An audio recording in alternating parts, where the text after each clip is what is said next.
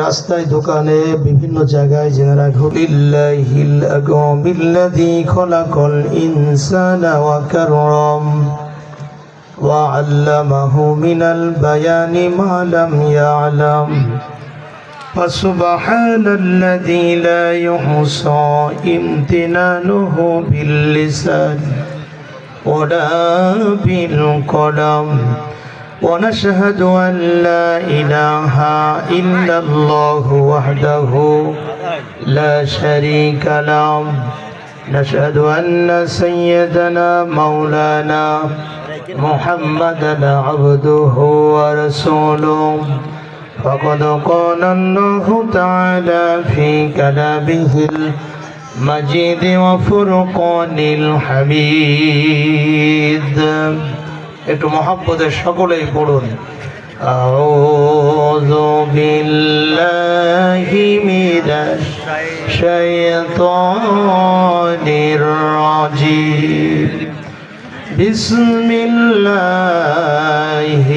রাহমানির রাহিম ইয়া আইয়ুহাল্লাযীনা আমানু هل أدلكم على تجارة تنجيكم من عذاب أليم تؤمنون بالله ورسوله وتجاهدون في سبيل الله بأموالكم وأنفسكم ذلكم خير لكم إن كنتم تعلمون إن الله وملائكته يصلون على النبي يا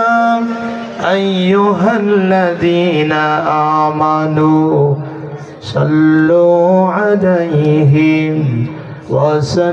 وسلموا تسليما اللهم صل على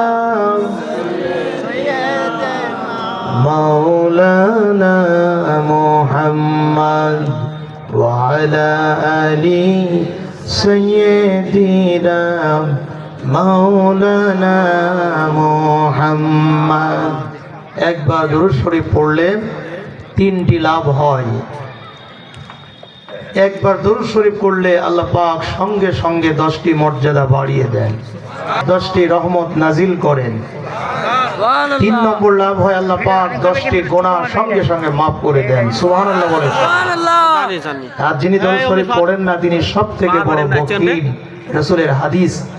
এজন্য মেহেরবানি করে বখিলতা না করে জবানটা বন্ধ না রেখে আল্লাহর দেওয়া জবান দিয়ে আল্লাহর নবীর শানে একটু প্রাণ খুলে মহব্বতে পড়ুন আল্লাহুম্মা সাল্লি আলা সাইয়্যিদিনা মাওলানা মুহাম্মদ ওয়া আলা আলি সাইয়্যিদিনা মাওলানা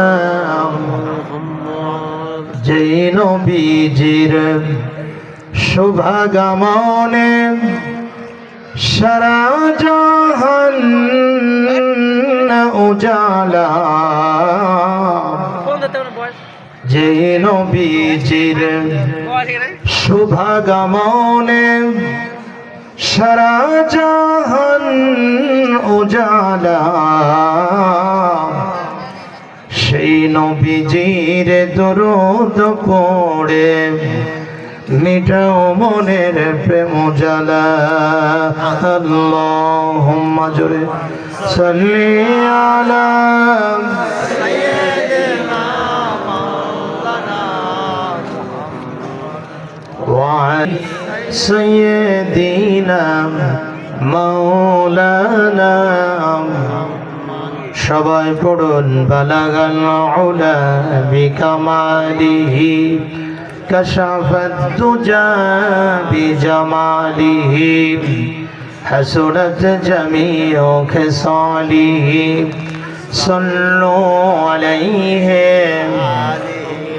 सूरज यूसुफ बेदारी हिकमत लोकमान मा करिए कुरान बारी आओ दिल शादमानी मा बलगल उला बिकमालिही कशफत तुजा बिजमालिही हसनत जमीओ खसालिही सल्लु अलैहि दुर्फशानी ने तेरी कतरों को दरिया कर दिया दिल को रोशन कर दिया आँखों को बिना कर दिया बलगल उला बिकमालिही कशफत तुजा बिजमालिही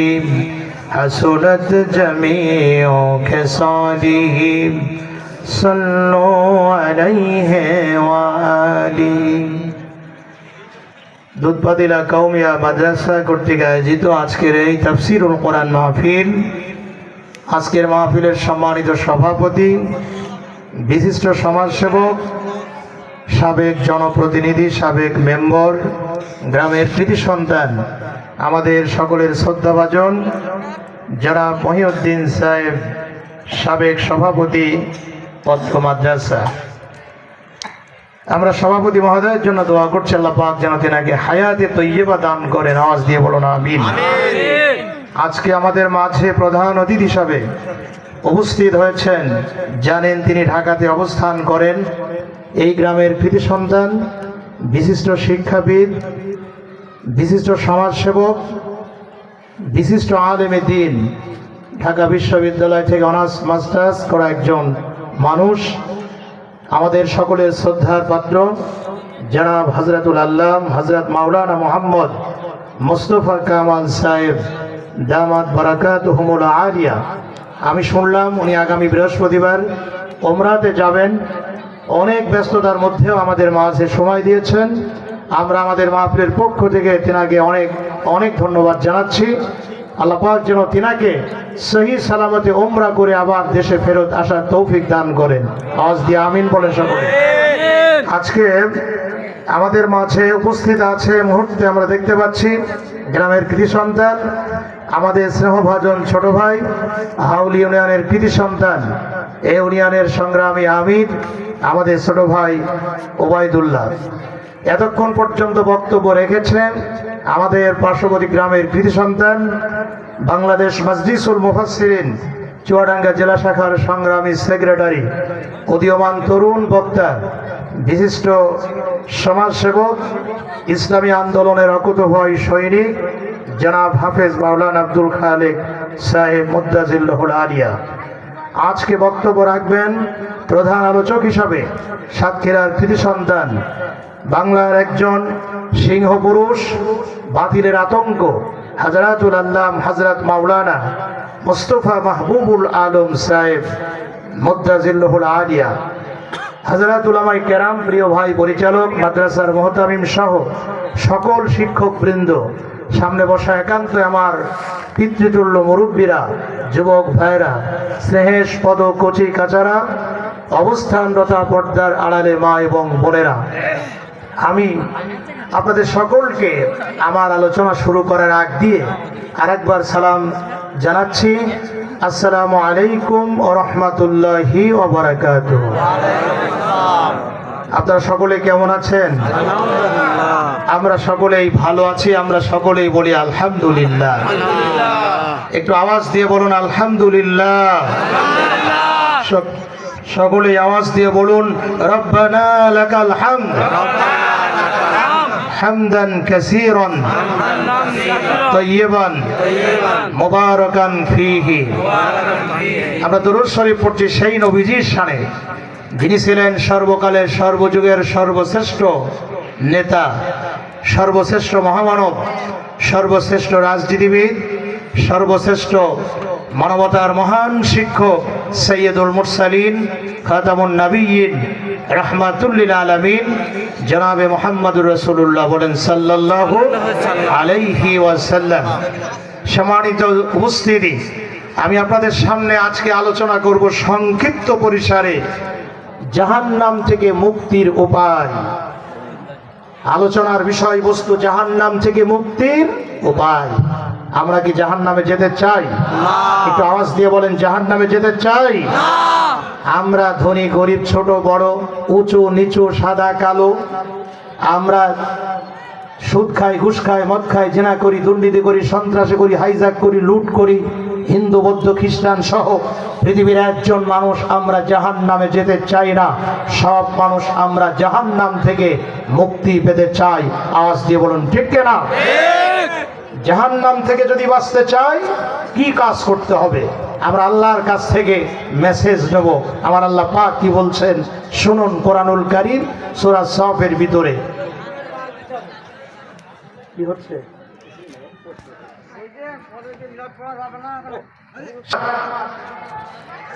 কি হচ্ছে?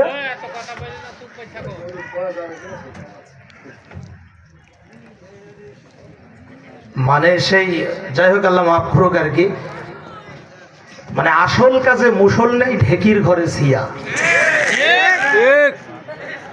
হ্যাঁ, সুদ চলছে সমাজে, ঘুষ চলছে, মদ চলছে, জেনা চলছে, দুর্নীতি চলছে, সন্ত্রাসী চলছে, হাইজ্যাক চলছে। বাংলাদেশ ভারত দখল করে নেওয়ার চেষ্টা করছে। আর এখন ছোট হাত উপরে না নাভির নিচে আমিন জোরে হবে না আসতে হবে। কোন হুজুর জোরে আমিন, কোন হুজুর আসতে আমিন। কার টুপি পাস করি, কার টুপি পড়ো, কে কওমি, কে আলিয়া, ভেদাভেদ করার সময় এখন আর নেই। চিৎকার দিয়ে বলেন ঠিক কিনা? আমাদের সকল ঐক্যবদ্ধ হতে হবে। আওয়াজ দিয়ে বলেন ঠিক কিনা? নফল আজকে মুসলমান টানাটানি শুরু করেছে। আজ বড় বড় হুজুররা এক হয়ে গিয়েছে, দেখেছেন তো আপনারা সকলেই। বড় বড় মাথা তারা এক হয়ে যাচ্ছে, আর আমাদের পুলসুনো পুটি আমাদের মতো পুটি মার্কা মানুষগুলো তড়াক তড়াক করে লাভ মারছে।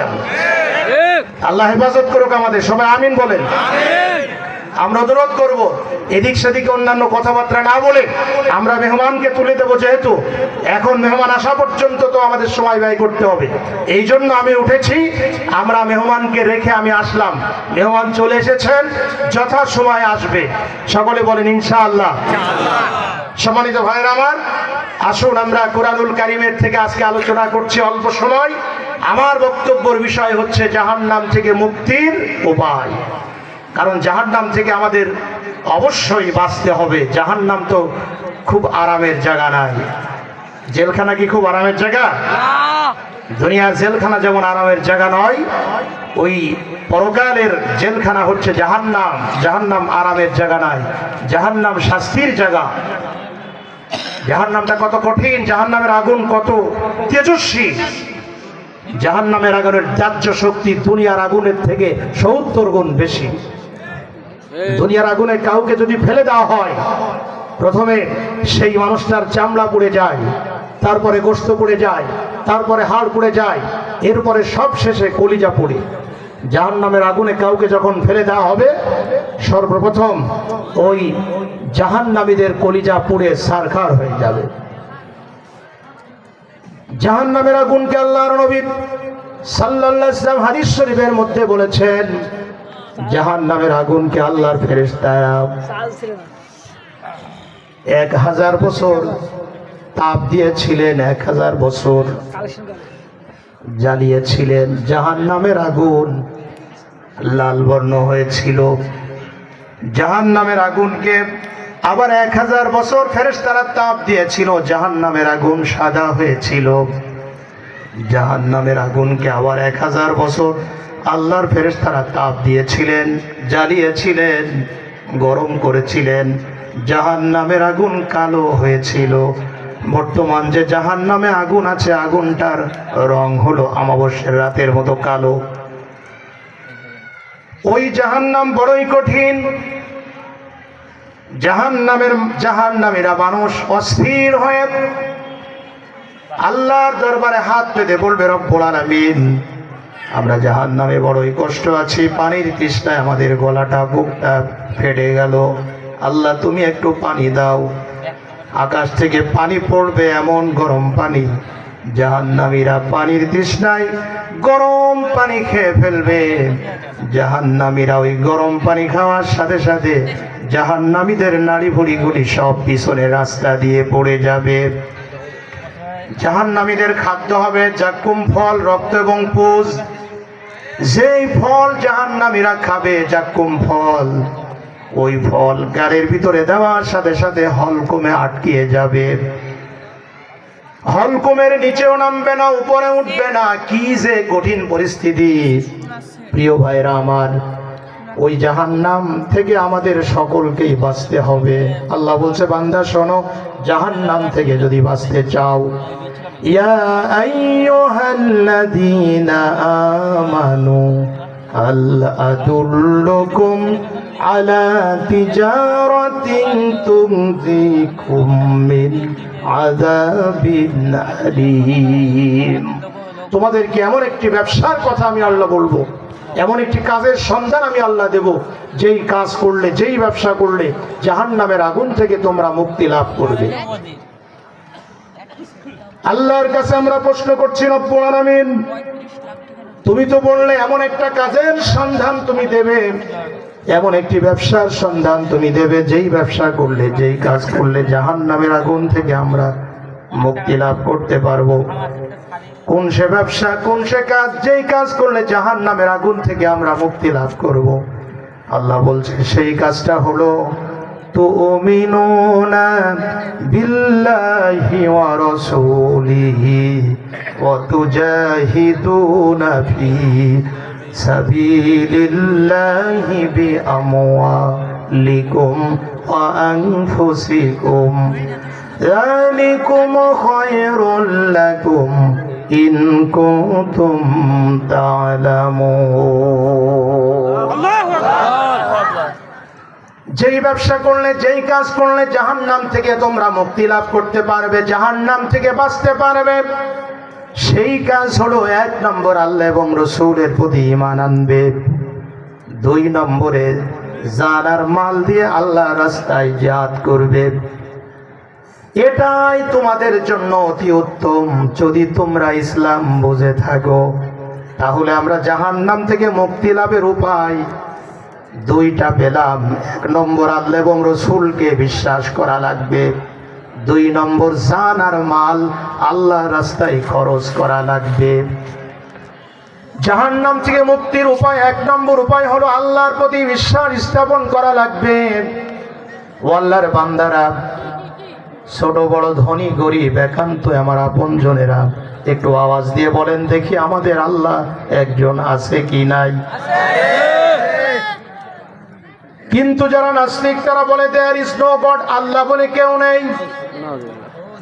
তসলিমা নাসরিন, আসাদ নূর, এই ধরনের নাস্তিক যারা পৃথিবীতে আছে, শুধু ওই 2 জন নাই, লক্ষ লক্ষ নাস্তিক পৃথিবীতে আছে, আল্লাহকে বিশ্বাস করে না। যদি নাস্তিকদের প্রশ্ন করেন আল্লাহকে মানো না, তার কারণ কি? নাস্তিকরা বলে যারে দেখা যায় না তারে বিশ্বাস করা যায় না। অথচ ওই নাস্তিকেরা অনেক কিছুই দেখে না, তারপরেও তারা বিশ্বাস করে। মধ্যাকর্ষণ শক্তি দেখা যায় না, নাস্তিকেরা বিশ্বাস করে মধ্যাকর্ষণ শক্তি আছে। বাতাসের ভিতরে অক্সিজেন দেখা যায় না, নাস্তিকেরা বিশ্বাস করে বাতাসের ভিতরে অক্সিজেন আছে।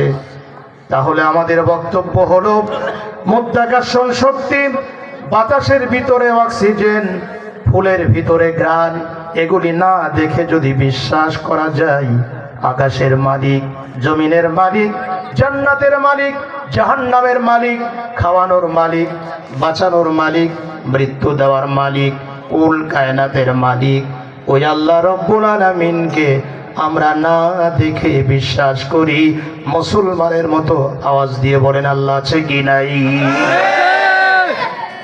জাহান্নাম থেকে মুক্তি লাভের 1 নম্বর উপায় আল্লাহর প্রতি ঈমান আনতেই হবে। প্রিয় ভাইরা আমার, আল্লাহ যে আছে বোঝার জন্য তুত গাছের পাতার দিকে তাকাবেন, আপনি বুঝতে পারবেন রব একজন আছে।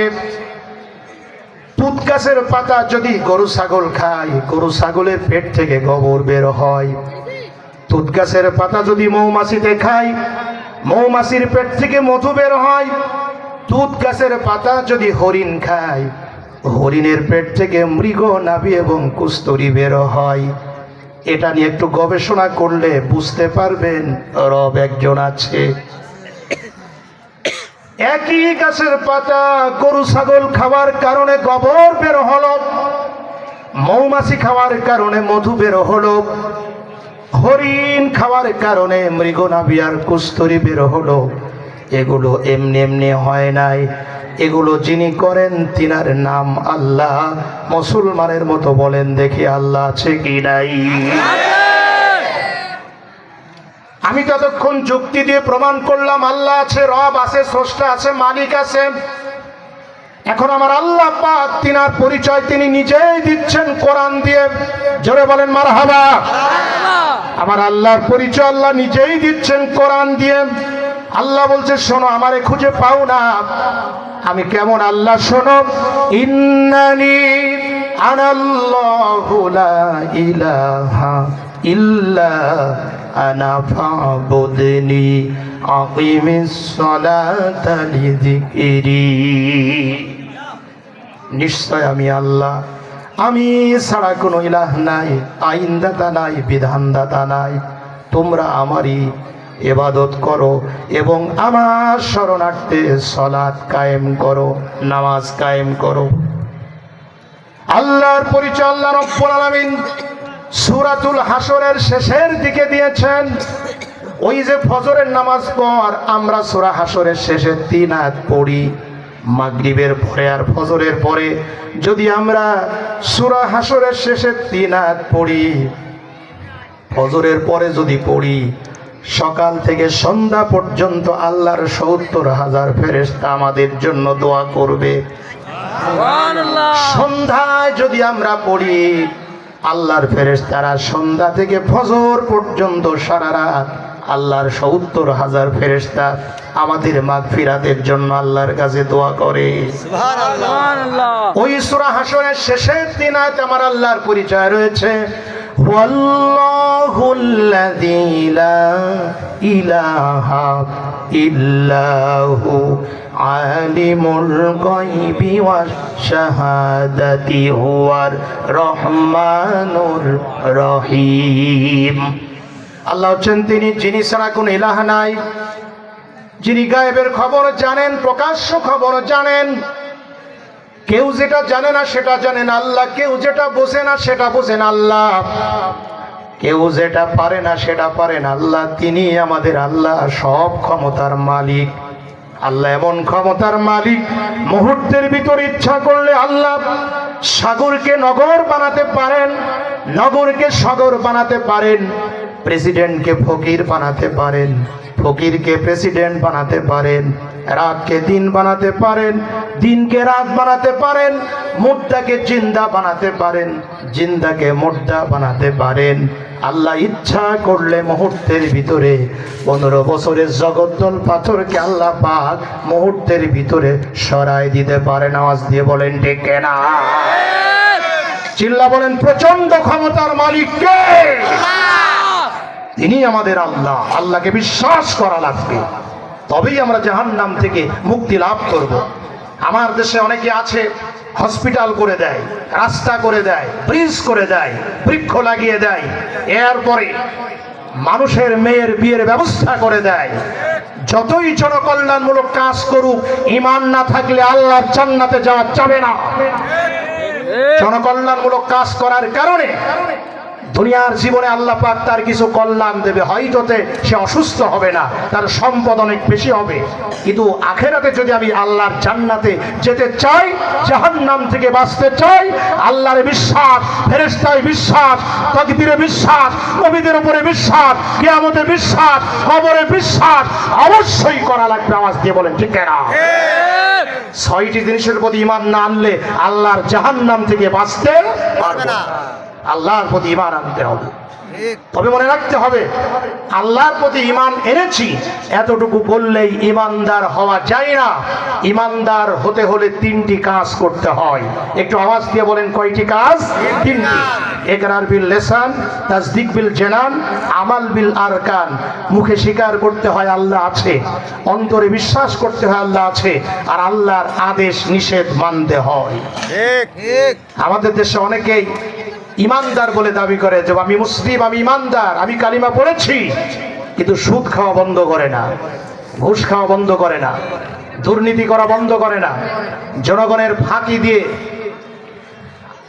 মানে আয় ইনকাম করা বন্ধ করে না, জমির আল ঠেলা বন্ধ করে না, ছেলের জমিগুলো মেয়ের জমিগুলো ছেলের নামে লিখে দিয়ে হজ পর্যন্ত করে। চিল্লা বলেন আছে কি নাই?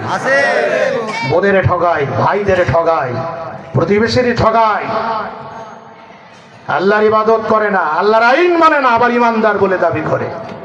আজান হয়ে যায় মসজিদে যায় না, নামাজ পড়ে না। ইমানদার তো সেই ব্যক্তি যে আল্লাহরে বিশ্বাস করার পরে আল্লাহর যাবতীয় আদেশগুলো মেনে চলে, নিষিদ্ধ কাজগুলো থেকে বিরত থাকে, তিনি হচ্ছে ইমানদার। সুতরাং আসুন, আমি তো এই মানে বিস্তারিত বলতে গেলে তো সময় প্রায় 2 থেকে আড়াই ঘন্টা লাগে, ওগুলো তো বিস্তারিত কিছুই বলতে পারছি না। আমি শুধুমাত্র ইঙ্গিত দিলাম জাহান্নাম থেকে মুক্তির উপায়। 1 নম্বর আল্লাহর প্রতি ঈমান আনতে হবে, রাসূলের প্রতি ঈমান আনতে হবে। 2 নম্বরে, এটা কিন্তু বিশ্লেষণে এখন ইবাদত প্রসঙ্গে আরো 20-30টা আয়াত পড়া যায়, ও তো সময় আমার মোটেও নেই। 1 নম্বর আল্লাহর প্রতি ঈমান এনে আল্লাহর আদেশ নিষেধ মানব।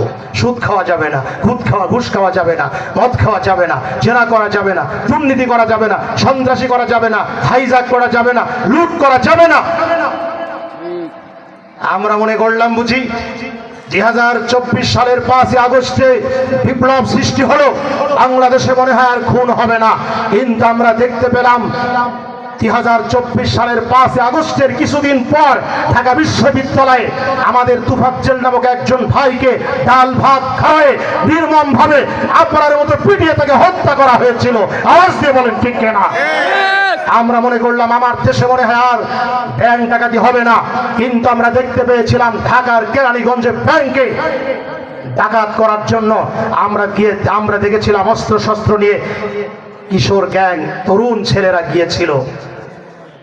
আমরা বাংলাদেশে দেখতে পাচ্ছি ধর্ষণ হচ্ছে, জেনা হচ্ছে, ব্যভিচার হচ্ছে।